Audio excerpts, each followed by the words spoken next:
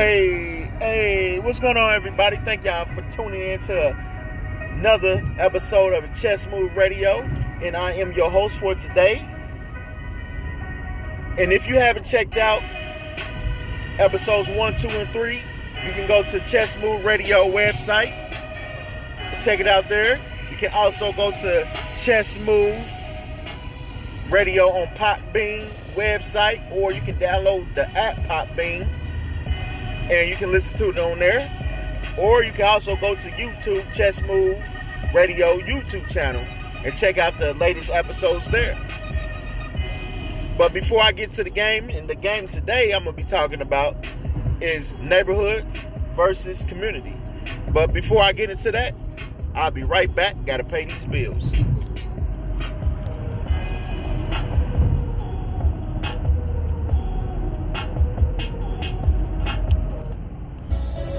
If you've been looking to secure your future financially, no reason to look any longer. My Future Investment will take care of you. All you have to do is hit up myfutureinvestment317@gmail.com and we will handle the rest. No further looking, no longer looking, we have you. All you have to do is email us your name, your number, and it's a good time to contact you and we will handle the rest for you. Remember, that's myfutureinvestment317@gmail.com. Hey, what's going on, everybody? Welcome back to Chessmove Radio. Once again, today's topic, I'm going to be talking about neighborhood versus community. It's going to be a real good topic today.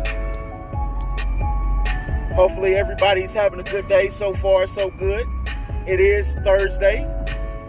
You know, we're a couple weeks away from being into the, 5th month of the year. This year is actually, man, going by pretty quick. Real quick. And that's why I said, man, whatever you need to get done, man, get it done. Because you never know. This year is just going by quick. We already in 2019. About to hit 2020 in a couple more months. And I say couple more months because that's what it's going to feel like. When you turn around, you're going to be like, man, I swore we just celebrated New Year's for the 2019. Where has these months went to? It's crazy like that. But other than that, man, I don't know if anybody heard about the situation going on at Morehouse. And that's an all-man college down there in Atlanta. So, you know, I seen online that supposedly they're supposed to be accepting transgender now there at Morehouse. And it's something like, let me pull up the article. Give me just a second. Well, it said Morehouse College says accepting trans students in 2020. And the thing about that is, so basically what they saying is any females that's making that transition over to being a guy, you are accepted to Morehouse now.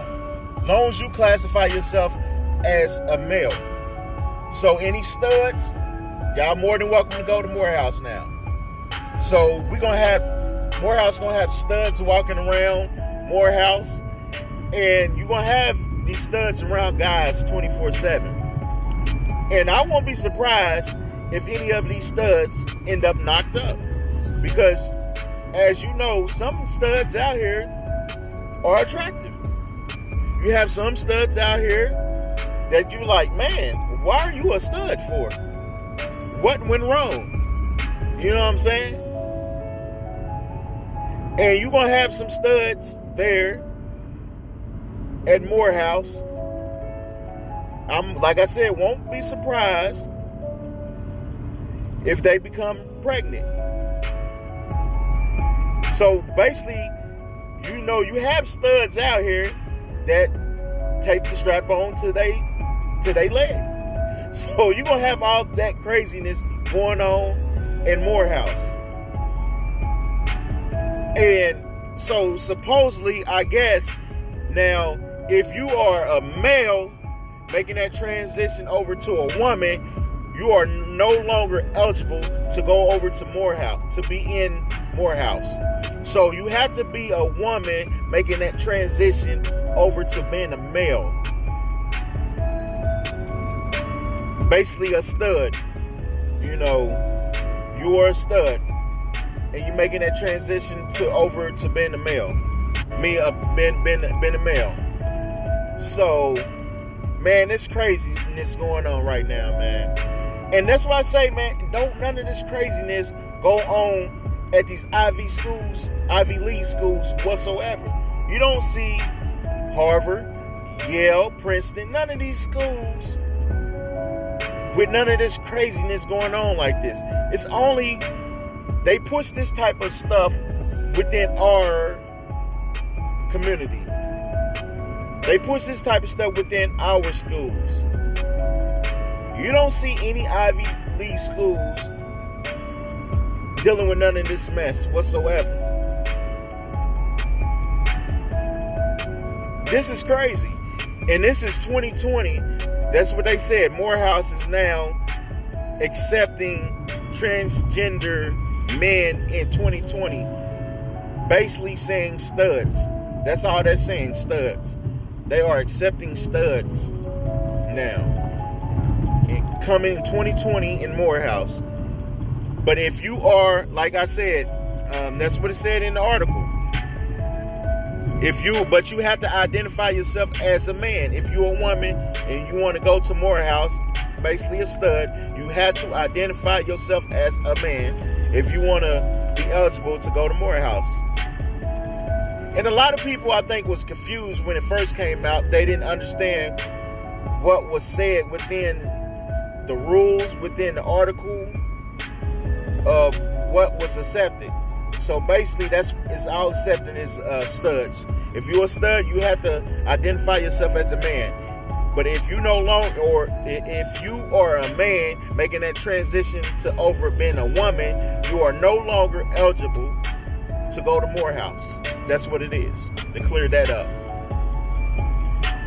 And that is crazy, man. Like I said, man, it's so much craziness things going on in this world today, man. It's just like, what else? What else is going to happen? It is crazy. And you know, things like this only happen within our race, man. You don't see this, man. Like I say, you don't see none of this stuff happening to Ivy League schools whatsoever. The Princetons, the Harvards, the Yales, none of that. They don't deal with this type of stuff. Only in our schools. So, you know, Morehouse is an HBCU school down there in Atlanta. You know, Spelman is the all-girls school. Morehouse is all-male school. So you have to identify yourself as a man if you want to go to that school. It's crazy. But I'm not going to hold you too long. I'm going to get right into the game. Like I said, today's topic, man, I'm going to be talking about neighborhood versus community. But before I put my take on it, I'm going to play y'all a video with Boyce Watkins and Dr. Clyde Anderson, which Dr. Clyde Anderson, he's going to break it down, and I'm going to piggyback on it and add my own opinion and take within the conversation. And Dr. Clyde Anderson basically going to let you know, man, the difference between neighborhood and a community. And I definitely going to put my spin on it, my take on it, to give you a complete understanding of what he's talking about. So give me a second, man. I'm going to cue it up so y'all can listen to it. Just a second.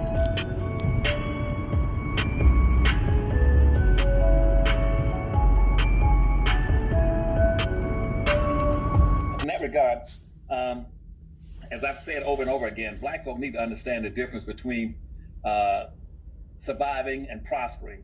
And so you can't do either one of those two things before you get past, you can't prosper till you learn how to survive.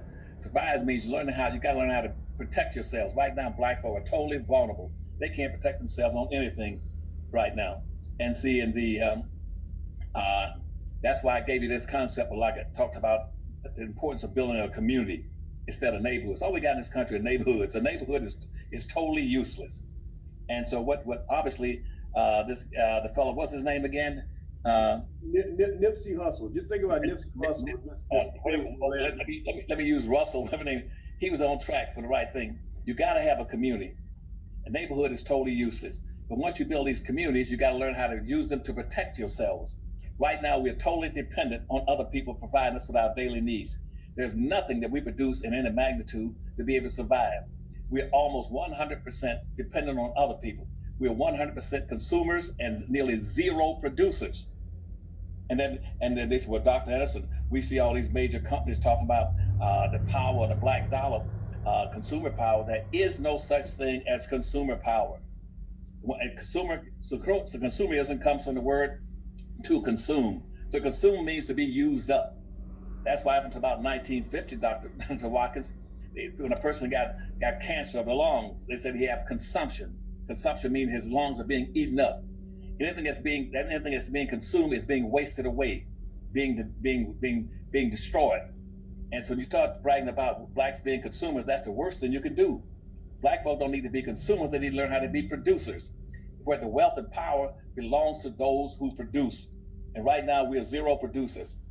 That's why they got a national movement called the international movement, where they want to start eliminating a lot of the consumers and giving more production power to those who got the money, wealth, and power. That's what globalization is all about. It's trying to get power. And let me reduce it to its lowest level to try to explain it to you. I see people talking about, well, dope dealers, use that as an example because they're producing. But it's whoever produces the dope, he's the one that got the power. The guy that's buying it, the consumer, the crackhead, and the narcotic addict, he's a consumer. He's in a weakened state. He's being destroyed and wasted away. So the power is that always with who produces. The letdown or the wasted part is those who are consuming products. And right now, we consume almost everything. And so if you're going to do something, go back to the community and start protecting yourselves by learning how to produce. When people say, what should they produce? You should be producing everything that you get outside your community. Produce it first and foremost for your own community. Well, what do black folks need? You need exactly the same thing whites need. You need clothing, shoes, eyeglasses, food, resources, gas, oil, everything. That's what you should be producing. And I see blacks every day getting into a newspaper saying, we don't know what to produce. Produce what you need. Produce what you need in your own communities. And then once you've taken care of your own communities and producing, and then you consumed everything you need in your own community, you got some surplus, then you start exporting the surplus. Never export what you need to be able to survive. That's how you protect yourself. You never export what you need to survive. You first take care of your community, produce enough to take care of your people and all of your friends and loved ones.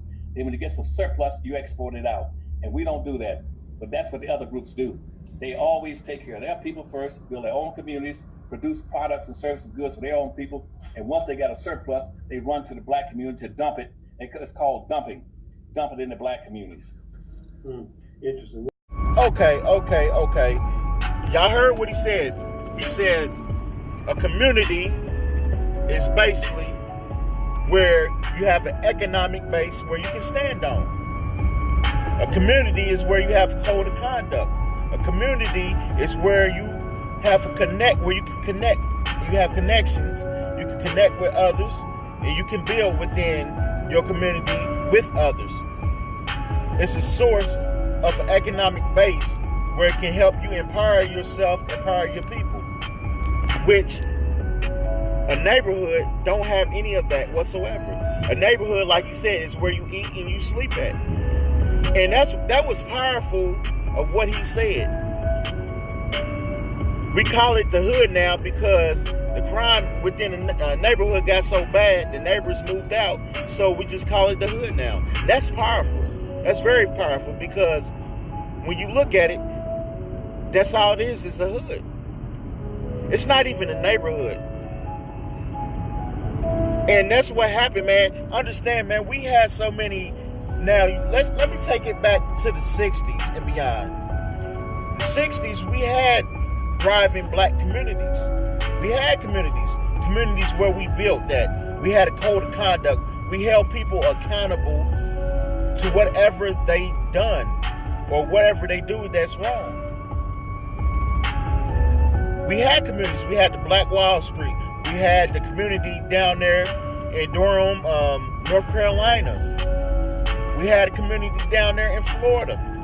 We had black communities, but I know Black Wall Street was blowing up and tore up by white supremacists like many other black thriving black communities. Then you had, like I said, Durham, North Carolina, and the one in black community in Jackson, in Florida. Them communities right there, we left them, and we left we took the resources out of them communities and let that community turn into a neighborhood. And that's what you see nowadays, man. We done turned our communities into neighborhoods. We reduced them down to neighborhoods, nothing but neighborhoods. And you got to take that accountability for the fact that the system that we live in is part of that. Like I said, back in the 60s, we had thriving black communities.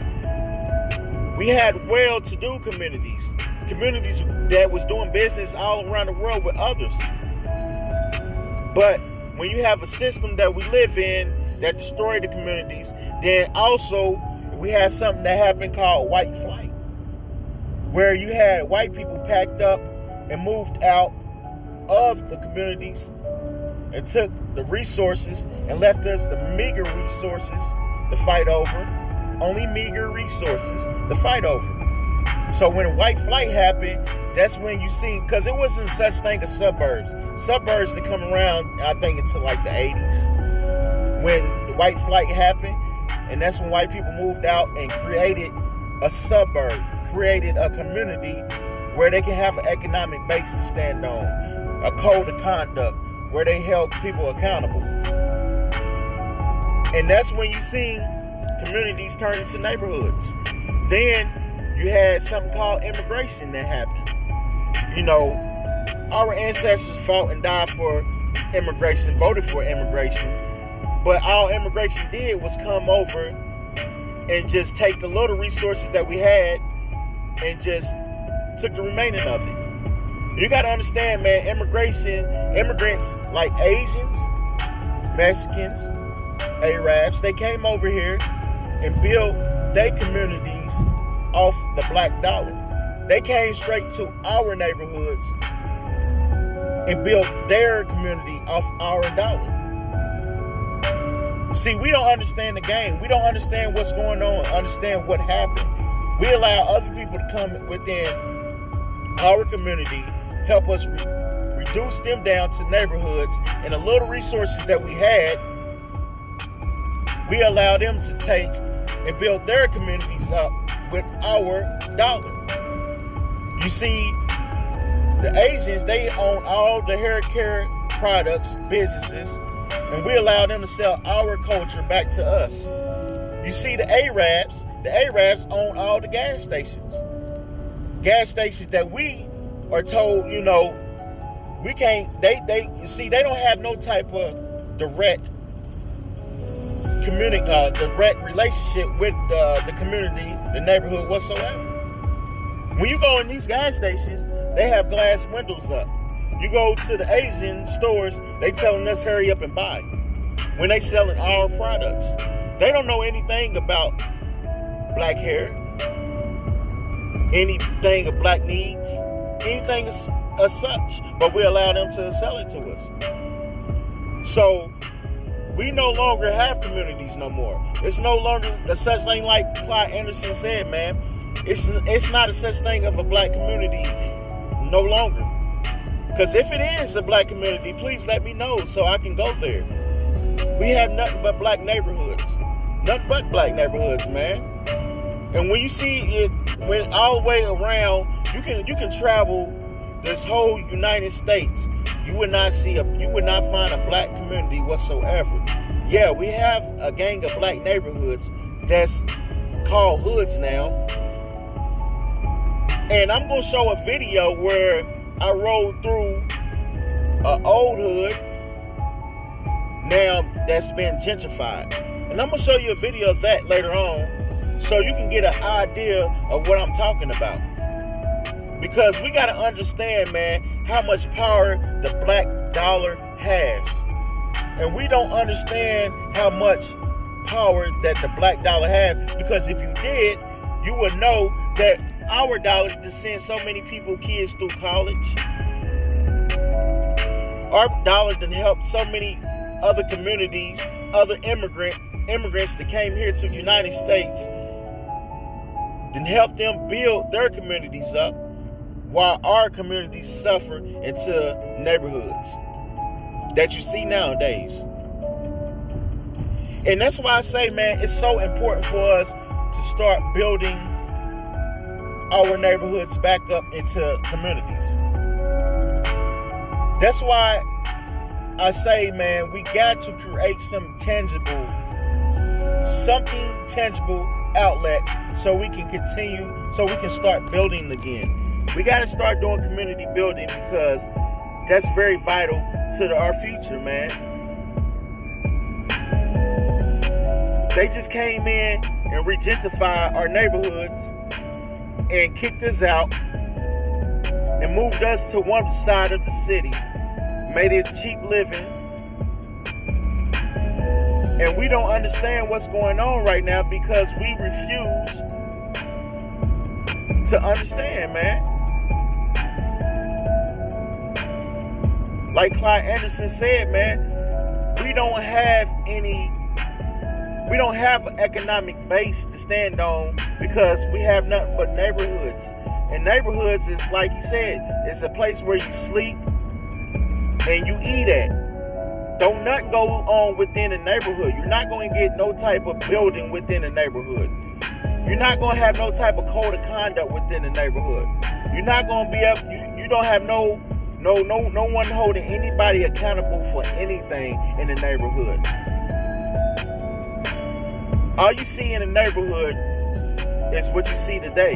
Crime. A lot of crime. Because if you study criminology, you know less jobs, less resources, you're going to have more crimes. This didn't happen by accident. Like I said, we had a lot of thriving black communities years ago. A lot of them. So what you see today, man, this didn't happen by accident whatsoever. This happened by design. You had immigration, you had white flight. You had black communities that was thriving, like Black Wall Street, that was bombed, that was destroyed. So now we in a mind state of, man, where we don't want to build. We in a mind state of being battered, beaten, torn down, where we don't know where to begin at. So that's what we accept, just having neighborhoods and not building communities. And that's very important to have a community. It's very important to understand the difference between a community and a neighborhood. It's a very big difference. And that's something that we don't have today as black people. We don't have thriving black communities. We have nothing but neighborhoods. And you got to understand, man, when you have a community, you would get so much things done. You could be able to use your economic base to be able to control politicians. You'll be able to get things done, for your community. You will be able to get things done for your people. Because it's so important to have a community. It's so important to understand what a community is. A community you can use to be able to get things done that you need done for your community. You'll be able to use your community economic base to protect yourself, protect your people. You'll be able to use your economic base to get things in motion for your people. Because a community is something that you can stand on. You can control the police departments. You control the court system. You can control everything within that economic base that you have within your community. And the neighborhood, man, don't have none of that. Like you said, the neighborhood now is just reduced. It's not even a neighborhood anymore. It's just called a hood because it don't have no neighbors within a neighborhood whatsoever. And that's why we have to get to community building. It's such important, man. It's such important for that whatsoever. Because when you look around, man, look at Harlem. Harlem been regentified. Harlem is not the same no more. You had Washington, D.C. once was called Chocolate City, been gentrified. You had so many places that you had thriving black community. You had well-to-do black people in there. Now, today, when you look at it, it's no longer there. It's no longer there because our communities been reduced down to nothing but neighborhoods, man. It's a sad situation, but we have to speak facts upon facts with it. That's why, man, I tell you the truth. When me and my wife, we went to a country kitchen, man, and ate today.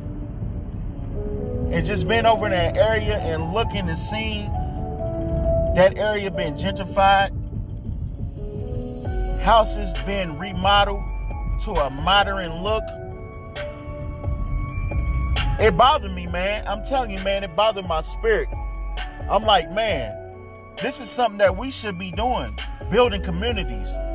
See, what has happened is we live in these communities, we live in these neighborhoods, abandoned, and moving to the suburbs or going other places, and all the people that move to the suburbs, the white people coming back to the inner cities and buying up these houses and regentrifying these areas and rehabbing these houses and understand how they doing it. They not just buying one house, they buying a couple houses on a block. They starting from one block, moving over to the next block. And like I told somebody years ago, downtown gonna be expanding. It's gonna be stretching out, and pretty soon downtown gonna stretch all the way out to 38th and Meridian. Because they buying up all that. They not just buying up one house or two houses, they buying up the whole block. They going to one block to the next block. They buying up a couple houses on one block, couple to all. Because, you still have people that's been there from day one still living in the houses. So the houses that is abandoned, they buying up them and rehabbing them. And you got to understand, man, some of the houses, they turning into Airbnbs. Investing, making money off this. Something that we have to get our mind frames into, man. Investing, building our community, turning our neighborhoods back into communities and building them up like we supposed to. We have too much money out here, and we gotta turn our mind frames into stop being consumers, into being producers, and getting in the mind frame of investing our dollars back into our neighborhoods and turning it back into a community like it once was. We need to do that. We need to, because it's very vital, man. We got to think about the future. We got to secure our future the best way we possibly can. Because at the end of the day, and I see where, what they doing is coming back to, like I said, back to the inner city, pushing us back out there to Post Road where they, cheap houses.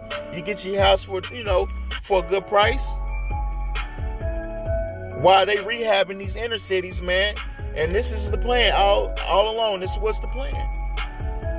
And you can ride around that downtown area, start from 16th Street and up, and you will see these houses been rehabbed, buildings be rehabbed. They also bring in new businesses in them areas. Something that we should have been doing. Something that we should have done.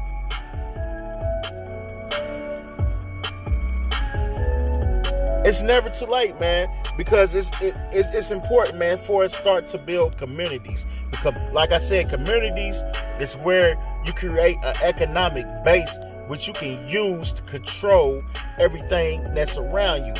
Politics, politicians, the courtrooms, the law, anything that you need for your people to benefit, things that your people can use to benefit them.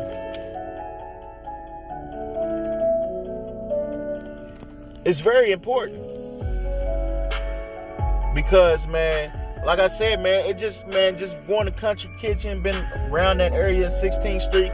Like I said, man, my auntie used to stay over there. So I know how that neighborhood used to look. She used to stay right there off of 16 and Carrollton in that area. So I know how the area used to look.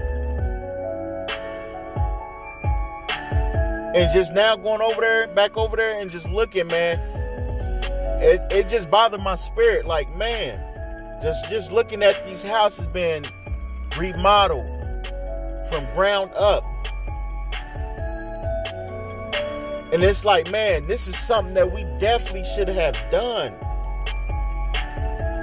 We allowed people to come within our neighborhoods that we should have been building and turning it back into communities where we can eat off of.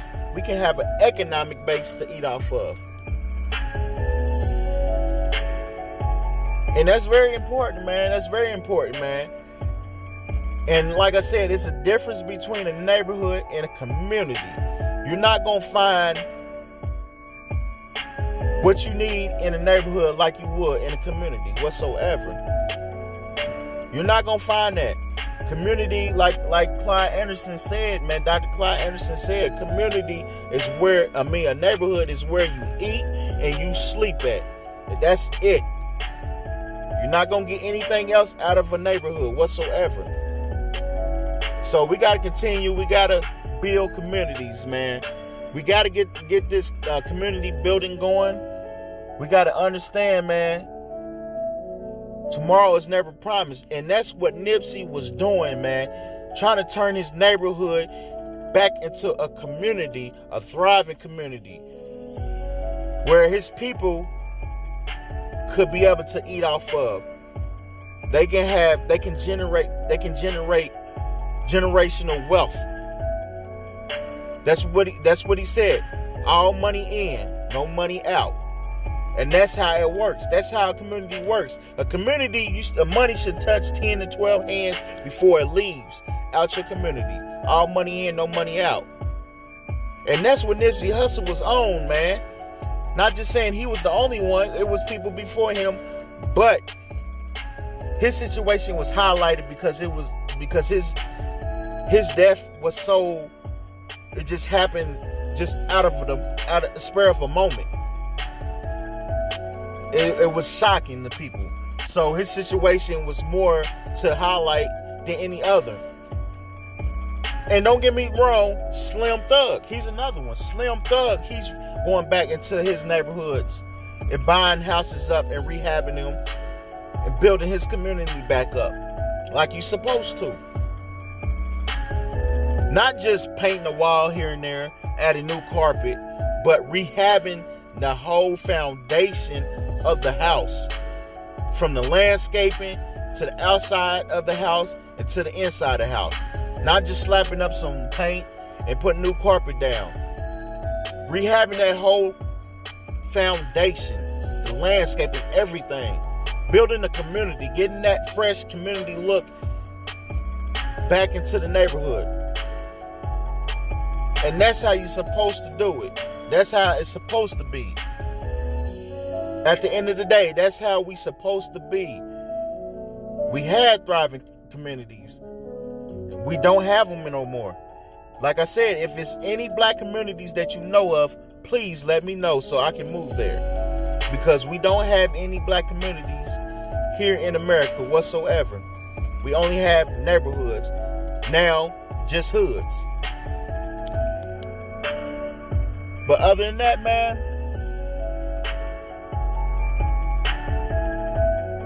I'm going to show you this video of, give you a little field trip of what I'm talking about, give you an idea of how this area over there in 16th Street, in that area of College, and how it looks now. Give you an idea of what I'm talking about, because I like to give you a visual of things that I'm talking about so you can see for yourself. Hey, what's going on, everybody? I just wanted to take you on a quick field trip to show y'all what gentrification look like. This neighborhood used to be, predominantly, black area. But now, gentrification came and, they slowly pushing black people, out there to the Post Road area. But look at this, gentrification. Look, all these houses been rehabbed. And people don't understand. This is what they doing, they coming from the suburbs, they coming back down to these neighborhoods, and they planning this to expand downtown. So, I'm around the College 16 and College area, just showing you what gentrification look like, man.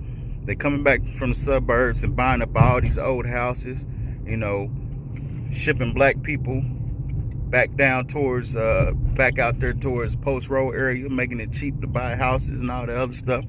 But, this is how you get, gentrification. These houses is getting rebuilt, bought up, and, they building the community.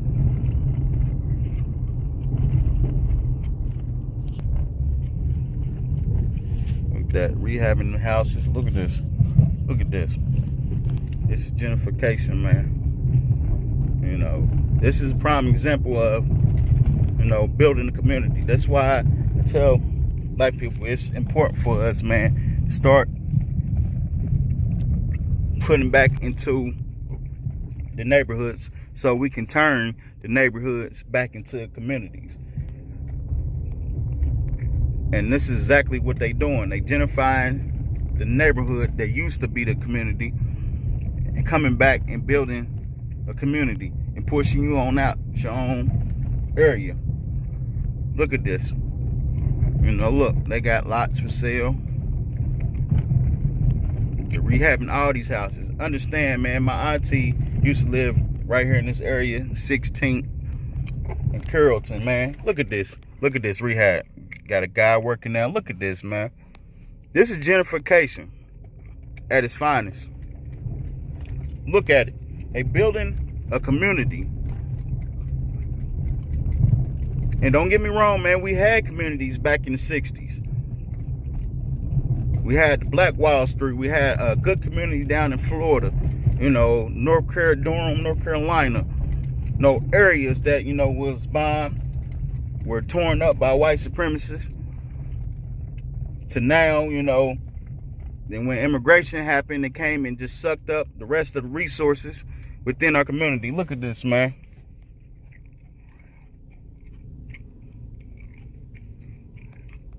This is gentrification, man, at its finest, man.